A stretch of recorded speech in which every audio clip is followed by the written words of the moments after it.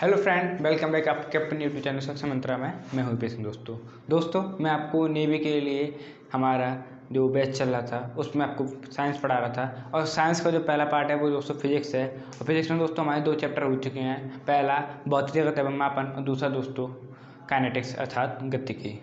दोस्तों आज से हमारे तीसरा चैप्टर स्टार्ट होने वाला है जिसका नाम है गति के समीकरण, या फिर आप कह सकते हैं गति के समीकरण, गति के नियम। जो इस चैप्टर में मुख्य होगा गति के समीकरण होता है, इसलिए इसको गति के समीकरण के ऊपर भी कह सकते हैं। लेकिन इस चैप्टर का नाम है गति के नियम, लॉ ऑफ मोशंस। ठीक है दोस्तों, लॉ ऑफ मोशन। दोस्तों इस चैप्टर में जो पहला टॉपिक आता है वो आता है दोस्तों बल का। बल आखिर है क्या चीज़। बल के बारे में बहुत कुछ सुना जाता है, उसने उस पर बल लगा दिया, इतने न्यूटन का बल लगा, इतने न्यूटन का बल लगा। लेकिन बल है क्या चीज़। बल दोस्तों बल क्या है दोस्तों। बल एक ऐसी चीज़ है, आप कह सकते चीज़ नहीं कहने का मतलब, बल एक ऐसा बाह्य कारक है, ऐसा बाह्य कोई और बाह्य कारक मानिए ज़्यादा बेटर है। कोई बल एक ऐसा बाह्य कारक है जो किसी वस्तु की स्थिति में परिवर्तन करने का प्रयास करता है या परिवर्तन कर देता है। क्या दोस्तों, वस्तु की स्थिति में परिवर्तन करने का प्रयास करता है या परिवर्तन कर ही देता है, दो होता है। बल एक ऐसा बाह्य कारक है जो किसी वस्तु की स्थिति में या आकार में परिवर्तन करता है, करने का प्रयास करता है दोस्तों। ठीक है। बल दोस्तों 2 प्रकार के होते हैं। मुख्य रूप से जो हमारा है बल कई प्रकार होते हैं, लेकिन यहाँ पर जो मुख्य रूप से हम 2 प्रकार के बलों का विवरण देंगे, जिनमें से दोस्तों पहला है क्या, क्षेत्र बल, और दूसरा है सीमांत बल, वो तो अलग हो जाएगा। पहला है क्षेत्र बल और दूसरा है संपर्क बल। ठीक है। क्षेत्र बल क्या होता है दोस्तों। क्षेत्र बल वह बल है जिसमें 2 वस्तुओं के बीच में संपर्क वगैरह कुछ नहीं होता है। ठीक है। उसके बावजूद भी उन दोनों दो वस्तु के मध्य में बिना संपर्क के यदि कोई बल लगता है तो उसको क्षेत्र बल कहते हैं। और 2 वस्तु के मध्य संपर्क द्वारा बल लगता है तो उस बल को हम संपर्क बल कहते हैं दोस्तों। क्षेत्र बल में क्या आता है दोस्तों, गुरुत्वाकर्षण बल। यहाँ पर दोस्तों 2 वस्तु के मध्य संपर्क ना होते हुए भी एक बल लगता है, जैसे कि आपने ये वस्तु ऊपर से नीचे गिराई। ठीक है। तो यहाँ क्या हुआ दोस्तों, ये वस्तु जब ऊपर से नीचे को गिरी तो यहाँ पर पृथ्वी और इसमें कोई संपर्क नहीं है, उसके बावजूद भी ये पृथ्वी द्वारा इस पर गुरुत्वाकर्षण बल आरोपित किया जा रहा है। तो ये हो गया दोस्तों क्षेत्र बल। लेकिन दोस्तों क्या संपर्क बल क्या है दोस्तों, मैं इसको यहाँ से उठा के यहाँ पर ले आया, अर्थात मैंने इस पर बल लगाया यहाँ से और यहाँ पर आ गई है। ठीक है। तो ये हो गया हमारा संपर्क बल। ठीक है।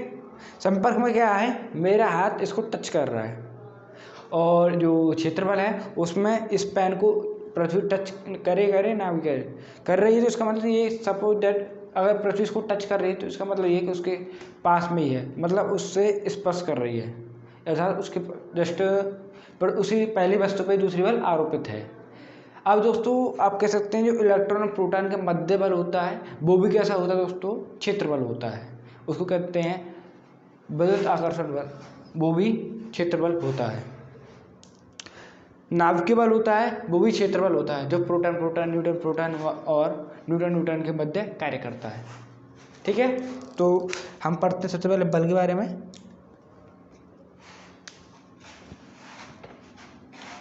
बल वह बाह्य कारक है जो किसी वस्तु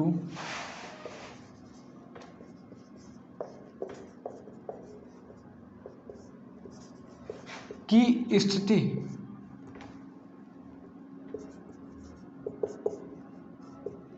अथवा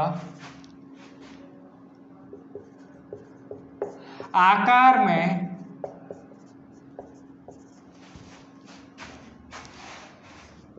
परिवर्तन करने का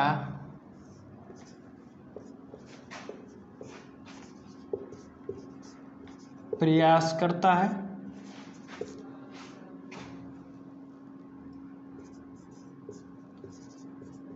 या कर देता है। क्या कर देता है, परिवर्तन कर देता है। ठीक है, यह दो प्रकार का होता है। बल कैसा भी हो, बल का कहेंगे मात्रक, पैसे इसको लिख देता हूँ, इसका मात्रक न्यूटन होता है,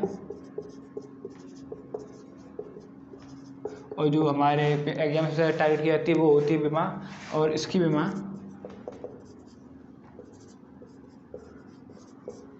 MLT-2 होती है। ओके सर, MLT-2 होती है दोस्तों इसकी विमा। ये दोस्तों जो यांत्रिकी में मुख्य रूप से दो प्रकार का बल होता है। यांत्रिकी में मुख्य रूप से दो प्रकार के बलों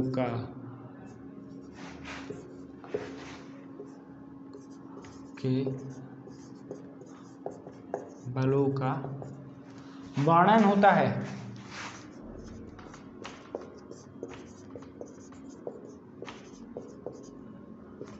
वर्णन होता है पहला क्षेत्रबल, दूसरा संपर्क बल। ठीक है, यांत्रिकी में दो प्रकार के बलों का वर्णन होता है, पहला क्षेत्रबल, दूसरा संपर्क बल।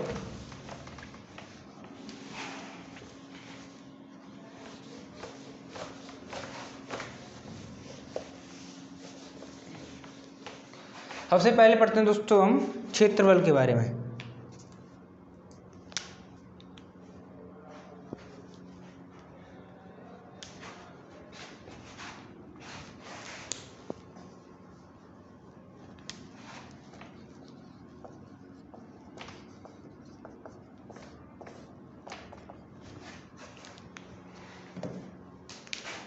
ऐसा बल जिसमें वस्तु के मध्य, दो वस्तुओं के मध्य या फिर दो से अधिक वस्तुओं की लग रही तो उन सब के मध्य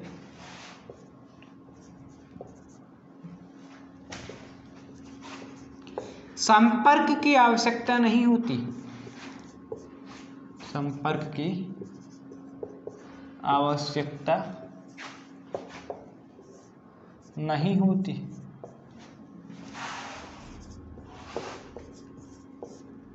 है, क्षेत्रबल कहलाता है।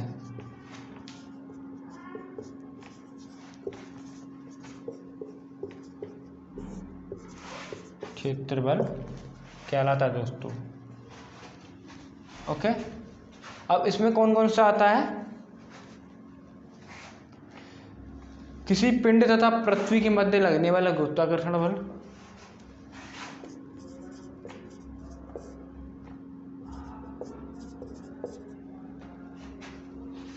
तथा पृथ्वी के मध्य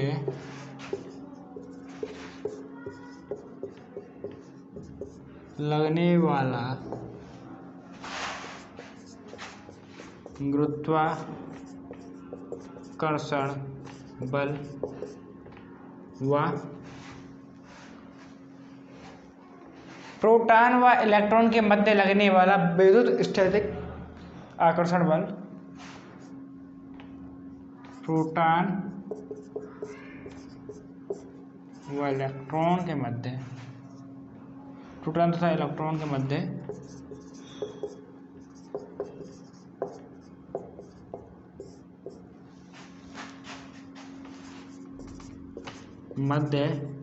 लगने वाला वैद्युत स्थैतिक बल। क्षेत्रबल के उदाहरण है। किसके उदाहरण है दोस्तों? क्षेत्रबल के उदाहरण है। ठीक है दोस्तों, जो अब आता है नेक्स्ट बल वो होता है दोस्तों क्या? संपर्क बल।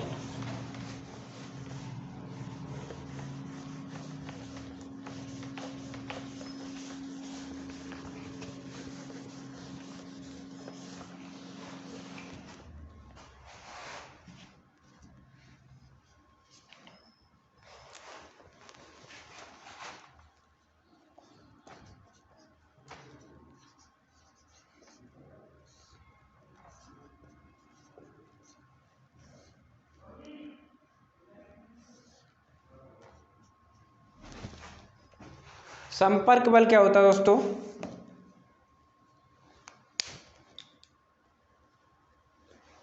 संपर्क में आई हुई दो वस्तुओं के मध्य लगने वाले बल को ही हम क्या कहते हैं? संपर्क बल कहते हैं। ये दोनों वस्तुएं आपस में विपरीत तथा समान बल आरोपित करती हैं। समान एक दूसरे पर आरोपित समान करती हैं और विपरीत दिशा में आरोपित बल करती हैं। ठीक है, तो इस बल को क्या कहते हैं दोस्तों? संपर्क बल कहते हैं। संपर्क में आई हुई वस्तुओं, संपर्क में आई हुई वस्तुओं के मध्य लगने वाला बल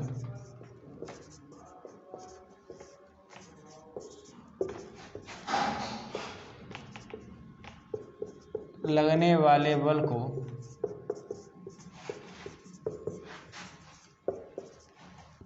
संपर्क बल कहते हैं दोस्तों।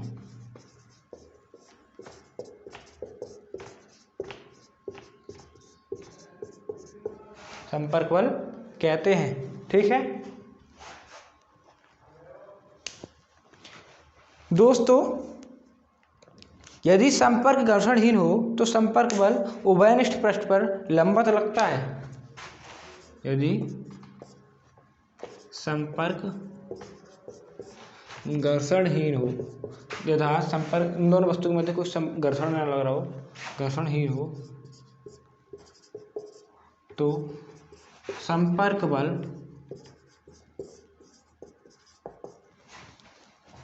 उभयनिष्ठ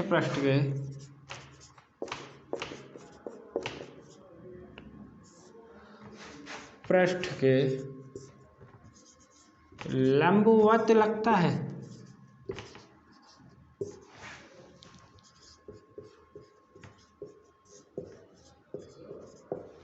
ठीक है, ये हो गया संपर्क बल के डेफिनेशन।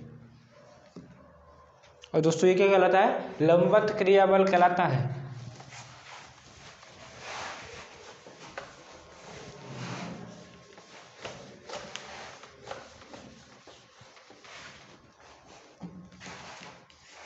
अगला क्या है दोस्तों? जड़त्व।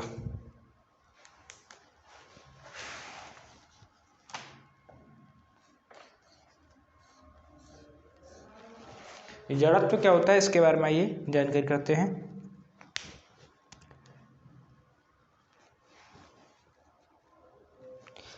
जड़त्व वो गुण है किसी वस्तु का जिसके कारण कोई वस्तु अपने विरामावस्था में या अपने एक समान एक सरल रेखा में गति में परिवर्तन का विरोध करती है। जड़त्व क्या है दोस्तों? किसी वस्तु का वह गुण है जिसके कारण वस्तु अपनी विरामावस्था में अथवा अपनी एक समान सरल रेखा में गति में परिवर्तन का विरोध करती है। ठीक है दोस्तों, जड़त्व क्या होता है? दो प्रकार का होता है दोस्तों। ये जड़त्व कितने प्रकार का होता है? दो प्रकार का होता है। एक विराम का जड़त्व, दूसरा गति का जड़त्व। विराम का जड़त्व क्या है? जब वस्तु विरामावस्था में है और अपनी विरामावस्था में परिवर्तन का विरोध करती है तो इसे उस वस्तु का विराम का जड़त्व कहते हैं। गति का जड़त्व क्या होता है दोस्तों? स्वयं वही, जैसे कि जब कोई वस्तु गति एक समान वेग से गति कर रही है और उसकी में गति में परिवर्तन करें तो वस्तु द्वारा अपनी गति में या फिर आप कह सकते हैं वेग में परिवर्तन का विरोध करना ही वस्तु के विराम का जड़त्व कहलाता है। उसके इस गुण को विराम का जड़त्व कहते हैं। ठीक है दोस्तों, जड़त्व क्या है? किसी वस्तु का गुण है।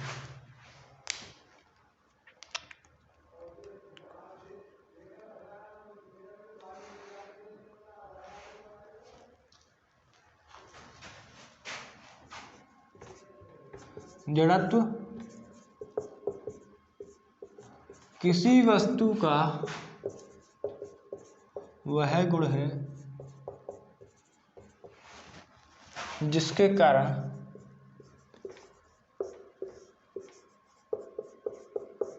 वह अपनी विरामावस्था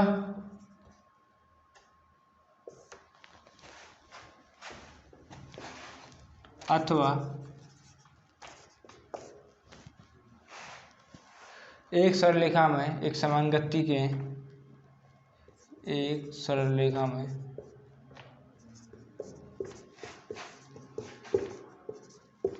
एक समान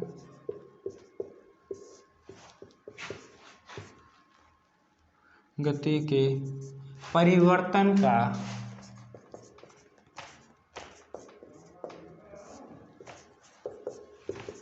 विरोध करती है विरोध करती है। पिंड हो तो करता है, वस्तु हो तो करती है। ठीक है,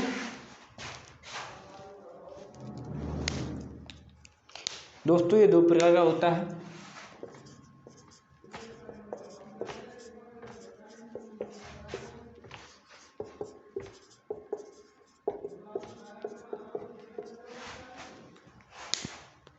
पहला विराम का जड़त्व।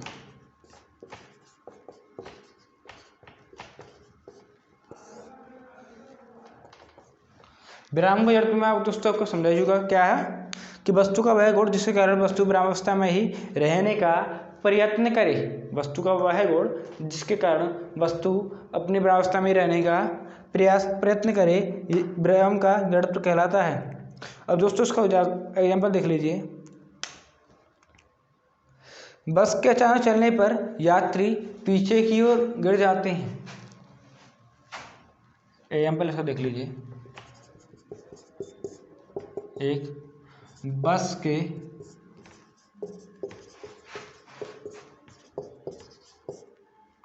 अचानक चलने पर यात्री पीछे की ओर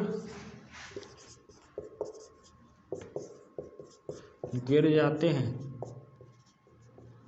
क्योंकि दोस्तों जब बस विरामावस्था में होती है तो यात्री भी विरामावस्था में होते हैं, लेकिन जैसे बस गति अवस्था में आती है तो जो यात्री होते हैं उनके पैर तो संपर्क में आके बस की तली होती है उसके संपर्क में आके तुरंत गतिमावस्था में हो जाते हैं, लेकिन जो वस्तु का ऊपर का हिस्सा है, कमर से ऊपर का, वो उतने फास्ट गतिमावस्था में नहीं आ पाता है, जिसके कारण दोस्तों क्या होता है वो पीछे की ओर ढकेल जाते हैं, मतलब गिर जाते हैं। और जो दूसरा इसका एग्जाम्पल है वो भी यही है कि पेड़ की शाखा को तेजी से हिलाने पर उसके पत्ते नीचे गिर जाते हैं, या फिर आप कह सकते हैं और जड़त्व के रूप में तो कंबल को झाड़ने पर, कंबल को जब तेजी से झाड़ते हैं तो भी उसके कण नीचे गिर जाते हैं क्योंकि वो विरामावस्था में रहना चाहते हैं। सेकंड क्या दोस्तों, गति का जड़त्व।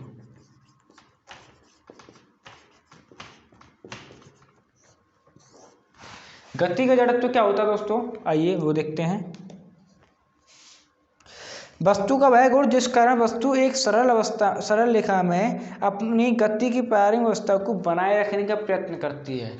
वस्तु का वह गुण जिसके कारण वस्तु एक सरल रेखा में अपनी गति की प्रारंभिक जो अवस्था थी गति की उसी को बनाए रखने का प्रयत्न करती है, उस गुण को दोस्तों कहते हैं वस्तु की गति का जड़त्व कहते हैं। ठीक है, इसके एग्जाम्पल देखिए, या फिर इसी एग्जाम्पल को थोड़ा घुमा दें। मतलब बस के अचानक रुकने पर यात्री आगे की ओर गिर जाते हैं तो ये गति के जड़त्व के नियम में आ जाएगा। या फिर घोड़े के अचानक रुकने पर रुक जाने पर घुड़सवार आगे नीचे की ओर गिर जाता है की ओर गिर जाता है। ये गति के जड़त्व का उदाहरण है, क्योंकि जब घुड़सवार आगे गिरता है उसमें कंडीशन क्या होता है, जैसे कि उस शुरुआत में घोड़ा भी गतिमान अवस्था में, और घोड़ा गतिमान अवस्था में तो ऑफिशियली क्या हुआ दोस्तों कि जो घुड़सवार होगा, जो उसकी पीठ पर बैठा होगा, वो भी गतिमान अवस्था में हो जाएगा।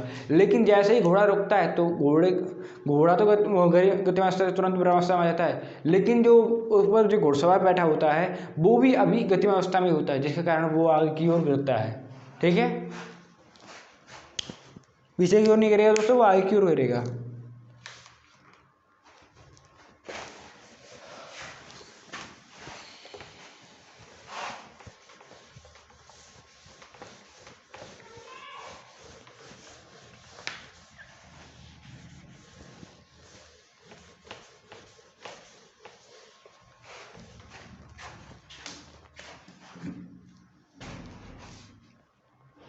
अब अगला पॉइंट आ रहा है दोस्तों इसमें रेखीय संवेग का।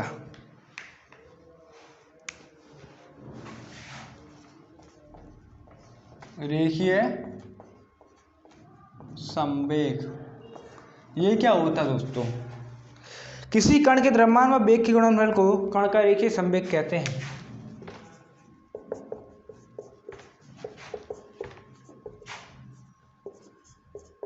द्रव्यमान व उसके वेग के गुणनफल को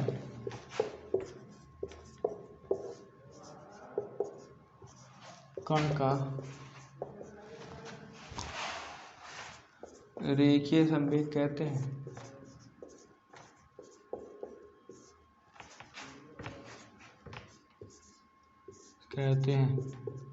ठीक है, इसे P से डिनोट करते हैं और P बराबर यहाँ से हमारा निकला MP। दोस्तों क्वेश्चन आजकल इस पर नहीं आते, क्वेश्चन आते हैं इससे जो गति ऊर्जा का जो फॉर्मूला होता है उससे कनेक्ट करके क्वेश्चन आते हैं। तो हम जानते हैं दोस्तों क्या, गतिज ऊर्जा के बराबर होता है हाफ mv²। ठीक है, ऊपर नीचे m का गुणा किया इसमें, तो m²v²/2m। ओके दोस्तों, अब आगे देखिए, mv को हम क्या कर सकते हैं, mv का होल स्क्वायर/2m। यहाँ से हम जानते हैं p बराबर mv, इसीलिए p²/2m। तो k बराबर क्या हो गया दोस्तों, यहाँ से p²/2m। ये बना पहला फॉर्मूला। दूसरा फॉर्मूला क्या दोस्तों, यहाँ से जो बनता है वो है p² बराबर, यहाँ पर देखिए 2mk, इसीलिए p बराबर √2mk। ये वाला फॉर्मूला भी यहाँ से बनता है दोस्तों। तो ये रेखीय संवेग से संबंधित फॉर्मूला है दोस्तों। ठीक है, तो इसको आप नोट कर लीजिए और इन दोनों फॉर्मूलों को जरूर नोट करिए, क्योंकि इन दोनों फॉर्मूले आजकल क्वेश्चन जो आते हैं इन्हीं पर बेस होते हैं। तो दोस्तों उम्मीद करता हूँ आज की वीडियो आपको पसंद आएगी। वीडियो पसंद है तो लाइक करें, कमेंट करें, दोस्तों के साथ चैनल को शेयर करें और चैनल को सब्सक्राइब करके बेल आइकन जो उठाते हैं अगर आप आज नए हो तो। वैसे दोस्तों अगली वीडियो का फिर आप इंतजार करें, अगली वीडियो हम जल्दी देंगे। कल फिर इसकी नई वीडियो आ जाएगी, साथ नेक्स्ट पार्ट लेके हम कल इसका आ जाएंगे दोस्तों। ठीक है, तो जय हिंद।